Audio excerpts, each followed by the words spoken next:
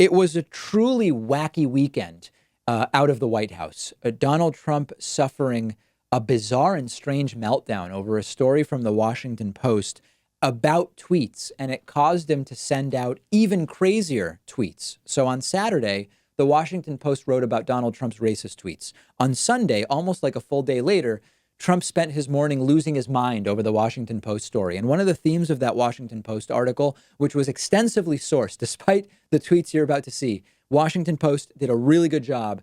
26 White House aides, advisors, lawmakers, and others who were involved in handling Trump's response to the whole go back to their original countries fiasco basically shared the same perspective with the Washington Post. And the perspective was Trump didn't and doesn't even understand why what he said and did was controversial and problematic. Like the guy just genuinely doesn't get it. The Washington Post story, tweeted Donald Trump, about my speech in North Carolina and tweet with its phony sources who do not exist is fake news. The only thing people were talking about is the record-setting crowd and the tremendous enthusiasm, far greater than the Democrats, you'll see in 2020.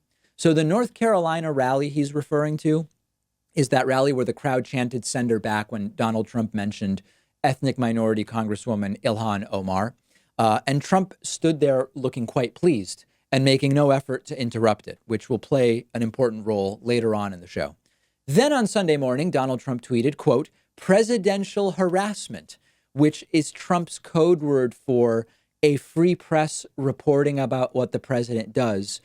And as an integral and key part of our system of government, not an institution that we should be attacking. That's what Trump means when he says presidential harassment. He doesn't like a free press. And then a couple of minutes later, Donald Trump tweeting again, quote, "I don't believe the four congresswomen are capable of loving our country. They should apologize to America and Israel for the horrible, hateful things they have said. They are destroying the Democrat Party, but are weak and insecure people who can never destroy our great nation." So let's explore this for what it is. When Trump calls something fake news, that is a statement that is of no value. Trump has said, he's admitted that fake news is news he doesn't like or news that is critical of him. So that ship has sailed. Calling something fake news is of no meaning or value whatsoever. The problem is that the meme of fake news has metastasized. We have a poll which shows that 42% of Republicans believe that a story that is accurate but critical of the president is, quote, fake news. That's the crisis. That's one of the crises.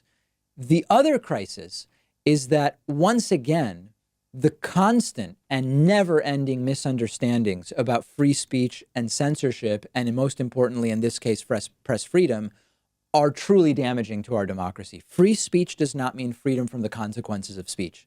I've said this before. Many of you will find it repetitive.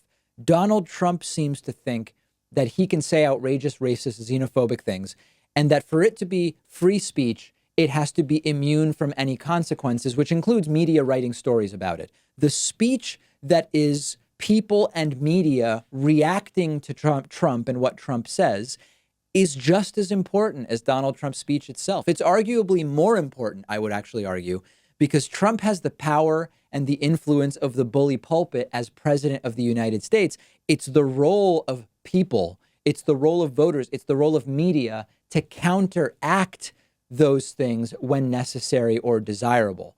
Lastly, as usual, Donald Trump seemingly very wound up by lots of bad things going on for him this week. That is another, in the back of all these things, when you look at the timing, it took 24 hours for Donald Trump to start tweeting about this Washington Post article. Why?